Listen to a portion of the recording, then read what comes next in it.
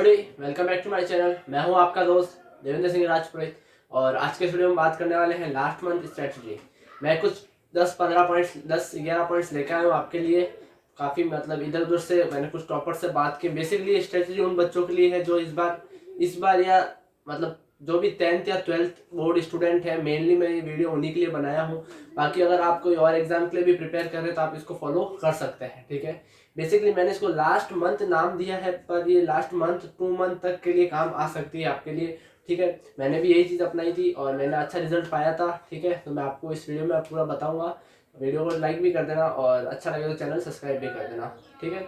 तो पहले मैं अपने बारे में बता देता हूँ। माई सेल्फ, मैं हूँ देवेंद्र सिंह राजपुरोहित और मैं अभी सेकेंड ईयर स्टूडेंट हूँ, बीटेक कर रहा हूँ MM engineering college civil engineering में, ओके। और मैंने काफ़ी चीज़ें मतलब यहाँ तक एक्सपीरियंस की है तो मैं आपको बताऊँगा यहाँ पे, ठीक है।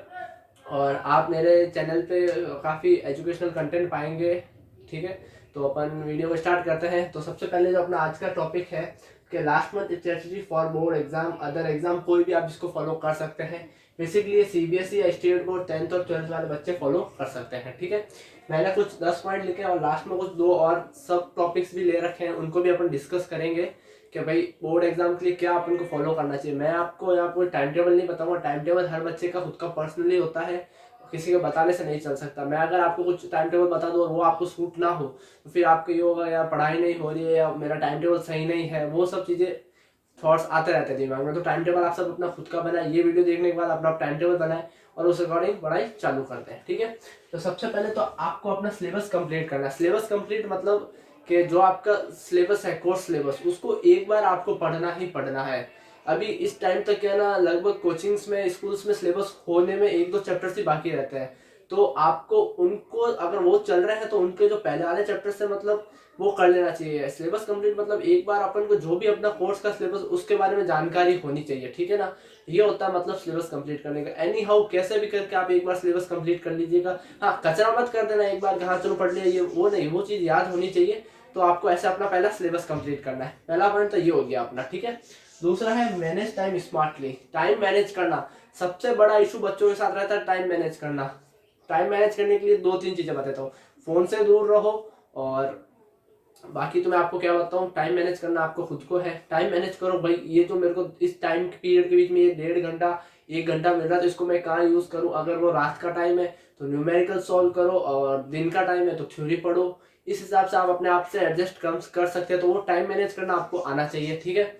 और फिर अपन बात करेंगे shift between different subject. Shift between different subject मतलब ये नहीं कि जैसे भी मैं मैथ का स्टूडेंट तो मैं 6 घंटा मैथ लेके बैठ गया या 6 घंटा फिजिक्स लेके बैठ गया, नहीं। ऐसे आपको बहुत ज़्यादा इरिटेशन हो जाएगी और कोई मतलब नहीं है। 2 घंटा फिजिक्स लो, फिर बीच में कोई दूसरा सब्जेक्ट, थोड़ा ऐसा सब्जेक्ट लो जिसमें लोड कम हो और समझने में ईजी हो। फिर 2 घंटे या 1 घंटे के बाद वापस दूसरा सब्जेक्ट चेंज करो।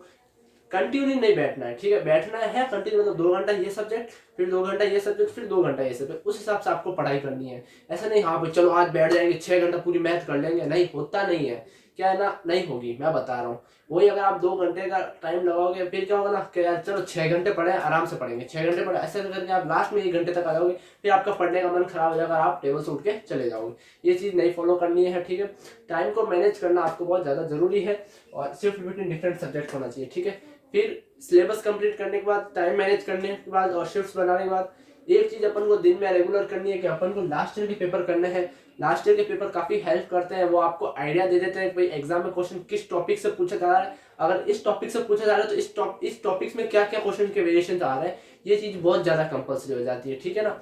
और लास्ट 10 ईयर्स के पेपर्स में आप खुद भी 10 ईयर्स के पेपर देखोगे तो आपको उसमें लगभग से लगभग क्वेश्चन रिपीटेड दिखेंगे, ठीक है ना। तो आपको पता चल जाएगा भाई इस टॉपिक से ये क्वेश्चन बन रहा है और ये 5 नंबर का या 4 नंबर का बन रहा है तो इसमें कितना कंटेंट लिखना और क्या क्या लिखना चाहिए।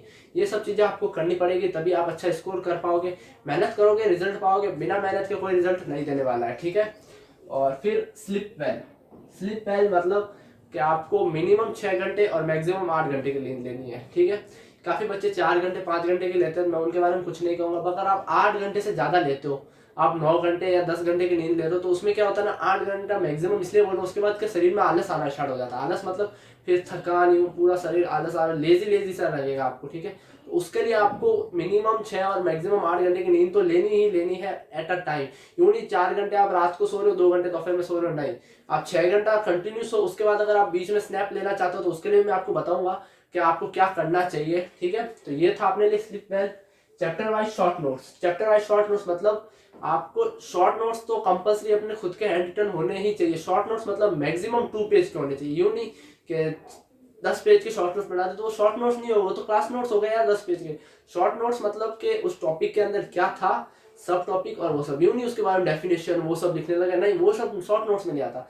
क्या ना, अगर आप एग्जाम से पहले रिवाइज करोगे या कोई टेस्ट क्या है ना प्री बोर्ड से इनसे पहले भी रिवीजन रिवीजन करते हो तो शॉर्ट नोट्स कंपलसरी है। यूं नहीं कि आप पूरा पूरा चैप्टर ले, मैंने हाँ आप शॉर्ट नोट्स उठाए, हाँ भाई ये टॉपिक है, ये मेरे को आता है, ये सब टॉपिक नहीं आता, अच्छा ये सब टॉपिक नहीं आता तो आप उसको नोट्स में से पढ़ लो।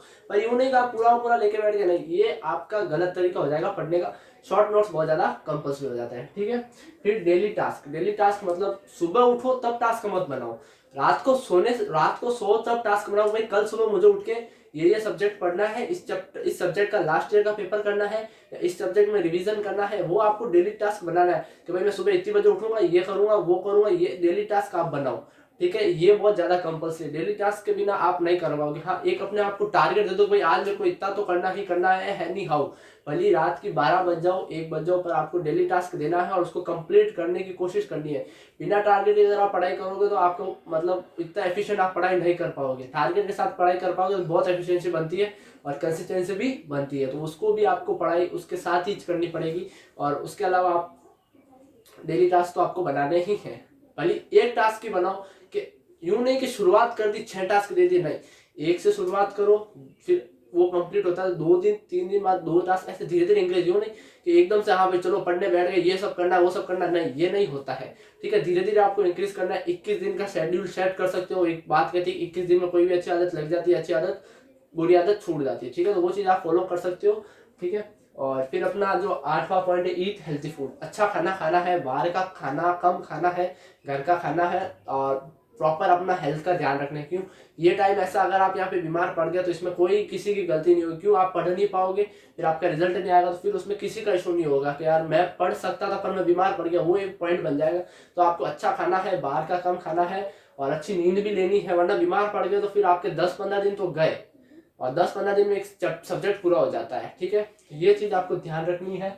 फिर रेगुलर ब्रेकअप, रेगुलर ब्रेकअप मतलब हाँ चलो 3 घंटे पढ़ लिए, 4 घंटे पढ़ लिए, तो उसके बाद ब्रेक का मतलब ये नहीं फोन लेके बैठ गए, नहीं, फोन लेके नहीं बैठना। न्यूज़पेपर पढ़ सकते हो आप, योगा कर सकते हो, बाहर वॉक के लिए जा सकते हो, पेरेंट्स के साथ बैठ के बात कर सकते हो, या फिर अपने घर में भाई बहनों से बात कर सकते हो, कजन्स रिलेटिव चाचा चाची इनसे बात कर सकते हो। रेगुलर ब्रेक चाचा के यहाँ जाके आए, दोस्त के यहाँ जाके आए, ये 15-20 मिनट का ब्रेक चलता है, ठीक है।